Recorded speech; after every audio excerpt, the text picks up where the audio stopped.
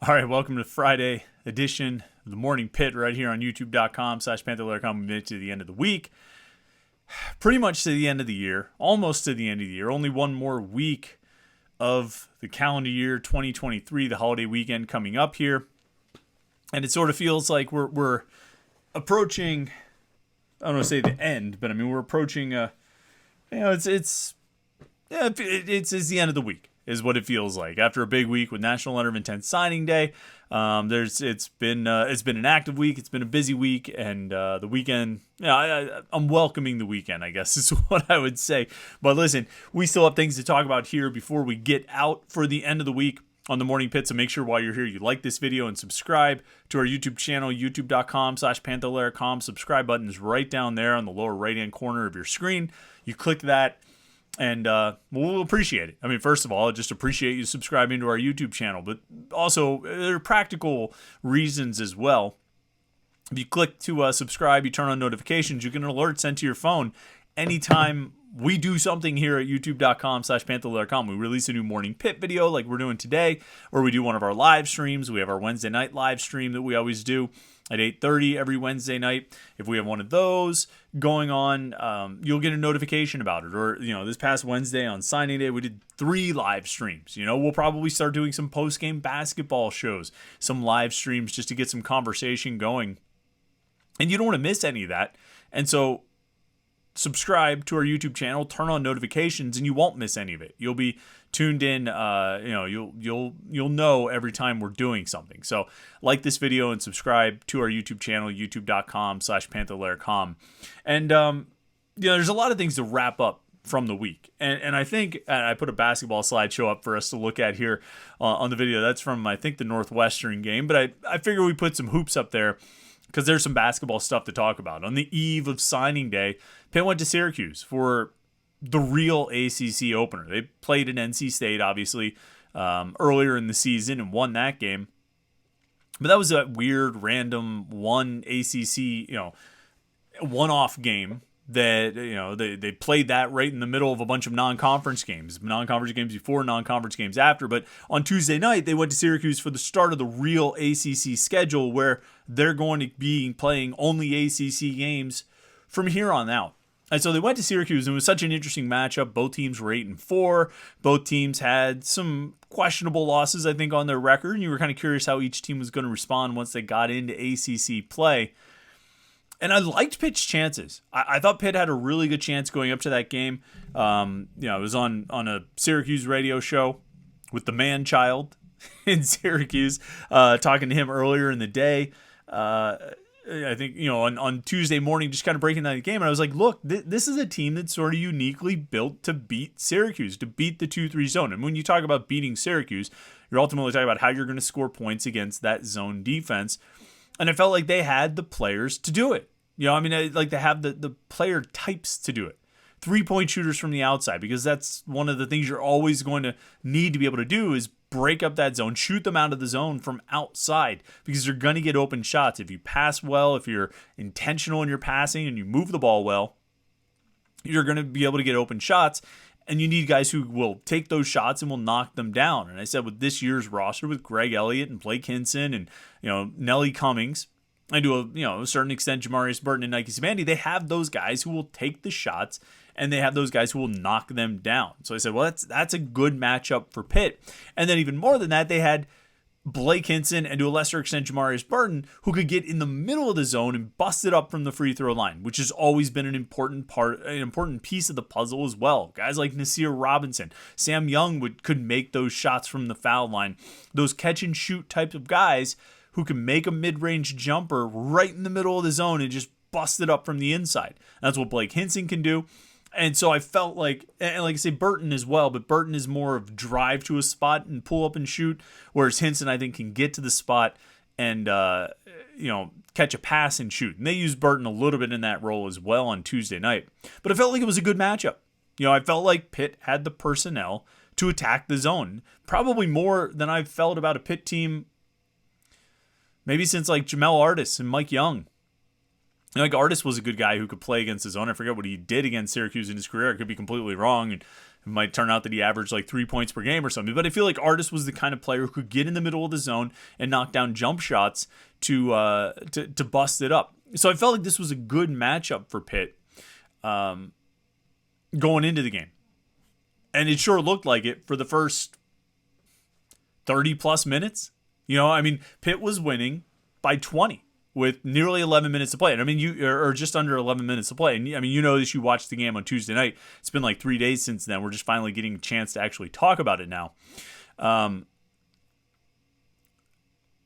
They pretty much dominated Syracuse. Now, obviously, they let Syracuse back in the game. They had to hold on for dear life at the end.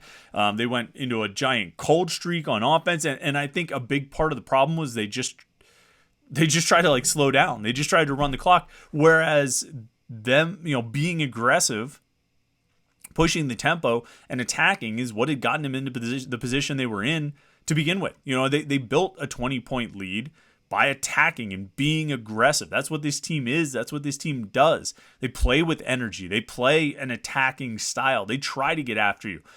And they enjoy doing it. Greg Elliott on the screen there. Greg Elliott loves to attack. Blake Hinson loves to attack. Jamarius Burton and Nelly Cummings. These guys want to bring the game to you. And that was probably the problem they ran into on Tuesday night, is particularly once Syracuse started using a press more, they would break the press and then just slow it down. No. Break the press and go take a shot. You've got the numbers in your advantage. If you can get past the press, you've got numbers. Don't let them reset their defense. Don't force yourself to have to be to press and a half-court defense. If you beat one, don't give them a chance to set up the other. And so I think that was probably a miscalculation. I think there was a late one of the last few possessions where they finally broke the press, or maybe it was even off an inbounds. I forget exactly, but Greg Elliott ended up stepping out of bounds. Jeff Capel standing there with a timeout that he doesn't call.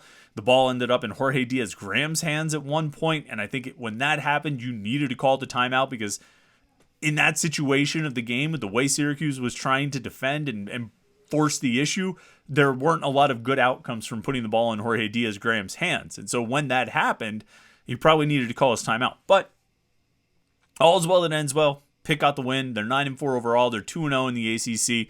And now with a break here until next Friday, actually, a week from today, when they will host North Carolina in the ACC home opener, I guess it is, right before the Sun Bowl. Noon game against Carolina, 2 o'clock game, 2 o'clock kickoff for the Sun Bowl.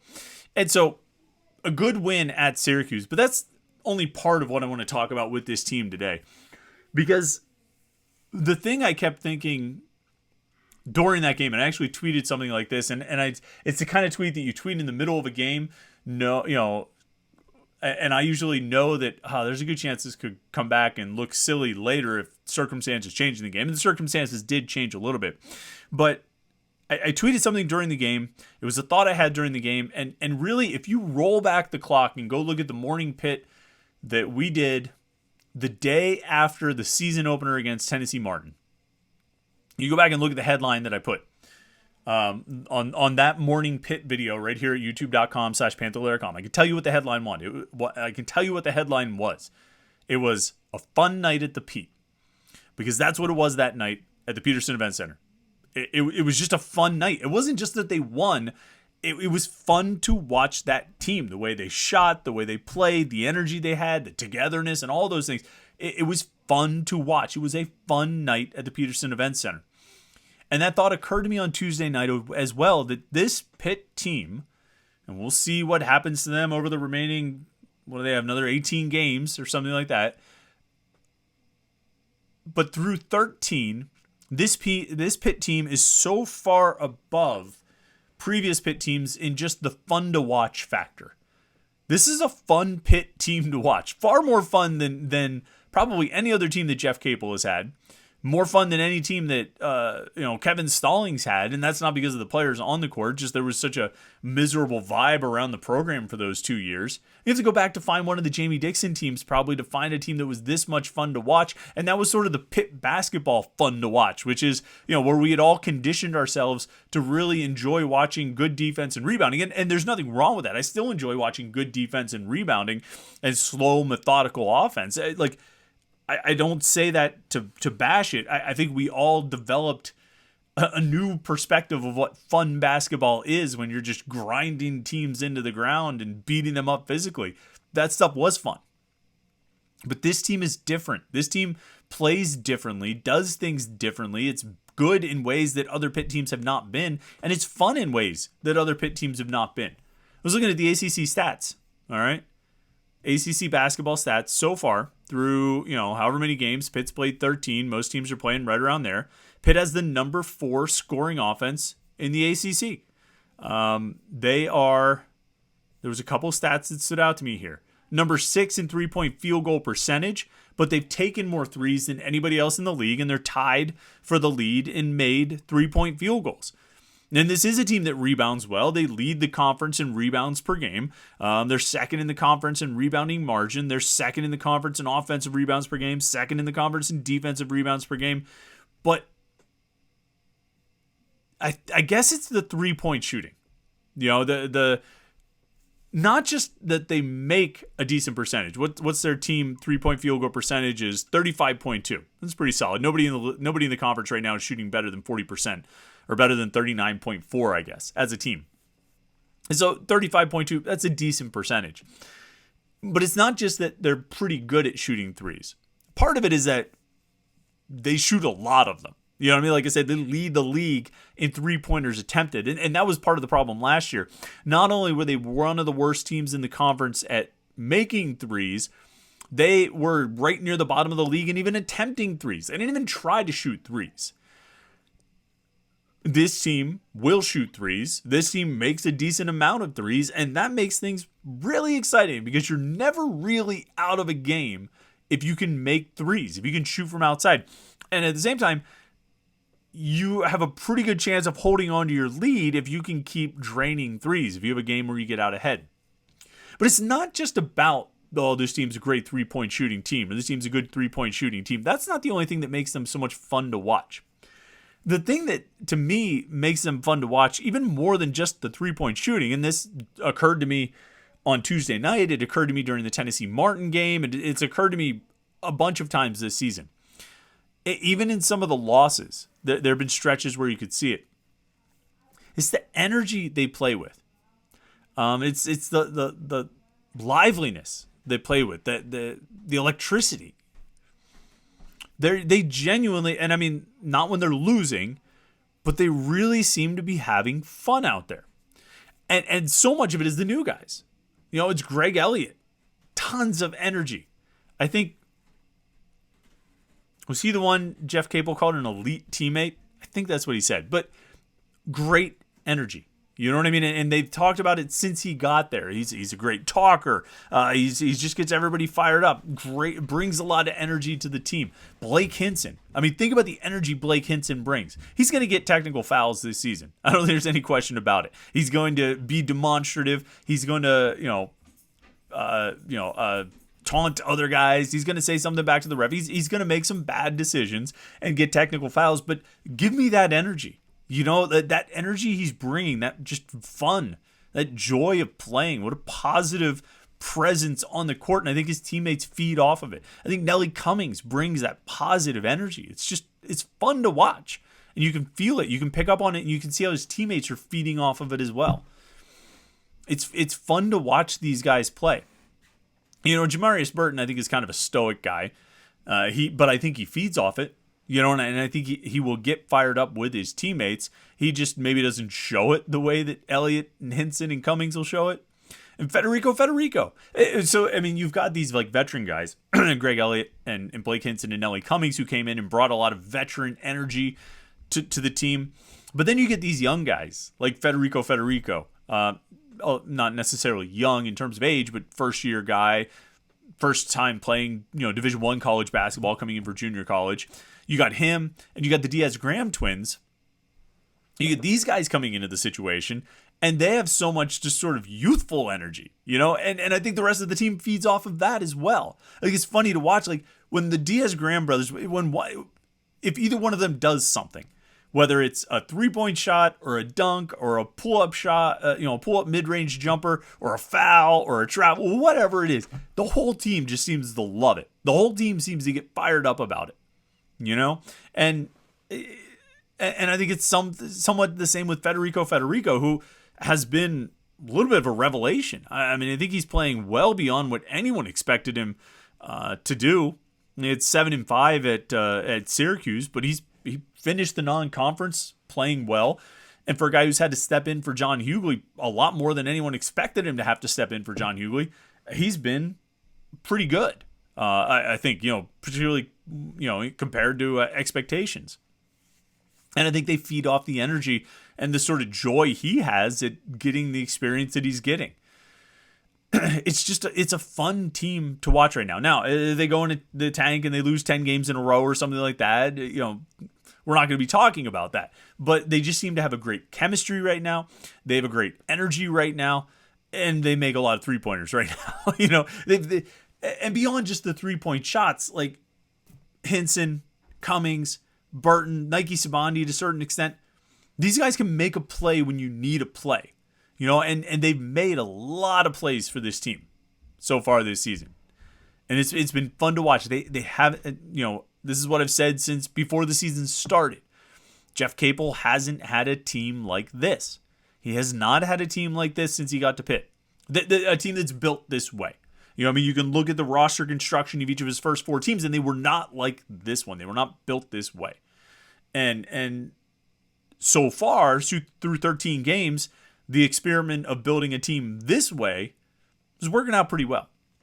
Now, got a week off through the Christmas holiday till that game on November 30th against Carolina. Maybe John Hughley will be back by then. Maybe Dior Johnson will be back by then. And then we're going to face some interesting questions. We're going to see some interesting situations develop because this team has developed a chemistry. This team has found a way to play together. The 6 or 7 guys that they're rolling out on the court right now, basically the starting 5 plus Jorge Diaz-Graham and Nike Sibandi, those 7 have really meshed and gelled. And they've got something good going right now. The chemistry that they have playing right now it's impressive. And it's obviously leading to a lot of success. How does that balance change? How does that chemistry change when you add John Hughley back into it? Potentially if you add Dior Johnson back into it. Jeff Capel said something probably a week or two ago. He said that, the team learned how to play without John Hughley during that long stretch when he was out of practice. They learned how to play without him. Well, if that's the case, and I think it is, and I think, the success they've had without him on the court is sort of indicative that they have learned how to play without him, it sort of begs the question of how are they going to do when they have to learn how to play with him? Now, you would think, this is a very good player. You just add a very good player back into the mix of a team that's doing well, and you're just, a positive plus a positive, and they're going to be even better. 1 plus 1 is going to equal 2. But I don't know if it's going to work I don't know if it works like that. And I don't know if it will work like that in this situation. I'm never going to sit here and say, hell, it's a bad thing if they add John Hughley back into this mix. I mean, he's too good to, he's too good to even suggest that.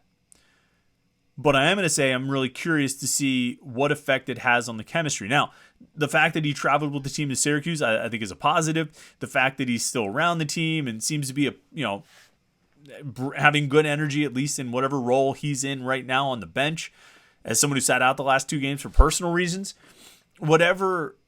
I mean, it seems like he's keeping the right attitude. And so that's good. You don't want to have any disruptions in terms of the energy of the team. But the chemistry on the court, you'd hate to go through a period of adjustment at this point in the season, when you're 13 games in and you're diving headlong into ACC play. You don't want to be in a period of adjustment trying to work a guy back in for 25 minutes or 20 minutes into the rotation. But that's where they're at. And I mean, ultimately, if they can get him, reintegrated and they can get that chemistry back up with him on the court, they'll probably be a better team. You know what I mean? You'll have this whole thing of adding all these shooters. the basic idea was you get all these shooters so they can take some of the pressure off of John Hughley. This was all done to elevate his play. And so if you bring him back in and he plays at a high level, it should make everything even better. More opportunities outside for the three-point shooters. More opportunities inside for Hughley. They should be a better team. It just might take some time to get there once that process actually starts. Now, they've got a week off here. Maybe this week is spent with Hughley getting back into the mix. I don't know. I don't know what's going to happen there, and I don't know what it's going to look like when it happens. And then Dior Johnson's a whole other question mark altogether. I mean, I would guess he'll end up playing with Pitt again this season. What does that do to the chemistry? What does that do to how they're working together on the court? I don't know, because they're working together pretty well right now. And like I say, it's pretty fun to watch. It's pretty fun to watch. So we'll see. We'll see what happens a week from now. It should be an interesting week. It'll be a good week for the basketball team to get ready to go and sort of regroup, rest up, heal any bumps and bruises they might have, and get ready for a huge game at home against North Carolina. So we got the holiday weekend coming up here, and we do these morning pits Monday through Friday. I think we've done one every day. Maybe not after the West Virginia game. Maybe we didn't tape one there. We just had a late night live stream after that. But anyway, the West Virginia football game, I mean. So we've done one of these basically every Monday through Friday since the beginning of August. We're not going to have one on Monday, the 26th. All right. I taped most of these the day before, and I'm going to be honest with you. I'm not going to tape one on Christmas Day. I'm just going to take that day off from the morning pit. I'm calling into the boss and telling him I can't make it in. We'll be back on Tuesday though. We'll get back into the mix there, but this weekend just going to take some time and enjoy it with family, as I hope everyone is able to do. It's been quite a year. Next year, I think next week we'll probably do some year-end recap stuff just to look back over the year that was. There's certainly a lot of Pitt stories to revisit from the past year. But it's been a long year. It's been a long week. And, this weekend, it sort of lines up nicely. Christmas Eve, Christmas Day on Saturday and Sunday, respectively. So I think we'll all just take it, enjoy it with our families, and, that's going to cut out the morning pit for Monday. So I apologize if that really is part of your morning routine. But we'll have good content for you on Monday morning. Just not one of these. So we'll, just putting that out there so you're well aware. But thanks so much. Really, I mean, for following along this week and all this time up until this point, it's been fun to do these videos every day, just kind of get the Pitt talking points out there and just talk about whatever's going on. And I appreciate everybody who checks it out and likes the video and subscribes to the YouTube channel. I really do appreciate it. So thanks again to everyone. Thanks for a great week. It's been a lot of fun. Hope you have a happy, safe holiday. Stay warm, with your family this weekend. I hope you're able to do that. And if not, just, hope you're able to be around someone, be with loved ones and find someone to share the time with. So thanks again. I appreciate it to everyone out there. Have a great holiday weekend, and check out Panther-Lair.com, Panther-Lair.com, Pittsburgh.rivals.com. You know the deal. It's the most comprehensive source of Pitt sports news on the internet. So thanks again. We appreciate it. I'm glad you could watch this video. Hope you have a great holiday weekend. And we'll talk to you Tuesday morning right here on The Morning Pitt on youtube.com/Panther-Lair.com.